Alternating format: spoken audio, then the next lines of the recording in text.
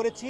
আমরা এই অভিযান সম্পূর্ণ রমজান মাস জুড়ে অব্যাহত রাখবো এবং পরবর্তীতে এই ধরনের অপরাধ যদি হয় আমরা এই ধরনের অপরাধের ক্ষেত্রে আমরা কঠোর থেকে কঠোরতর আইনি পদক্ষেপ গ্রহণ করব।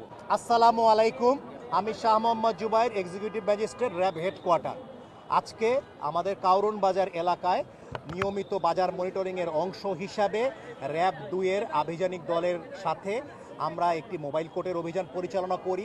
এই অভিযানের মূল উদ্দেশ্য ছিল রমজানে দ্রব্যমূল্য স্থিতিশীল রাখা, ভেজাল দ্রব্যের যে অবাধ বিস্তৃতি সেটা রোধ করা এবং একই সাথে যারা বিক্রেতা রয়েছেন তাদেরকে সচেতন করা যাতে তারা এই রমজান মাসে ভোক্তাকে অতিরিক্ত বা মেয়াদোত্তীর্ণ বা এই ধরনের পণ্য দিয়ে ভোক্তাকে বিব্রতকর পরিস্থিতির মধ্যে না ফেলেন।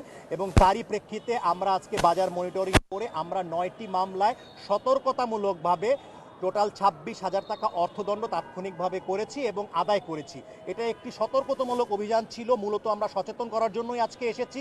এর জন্য আমরা হয়তোবা আমাদের জরিমানার পরিমাণটা আমরা কম করেছি।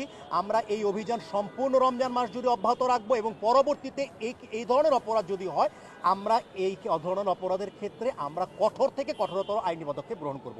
ধন্যবাদ।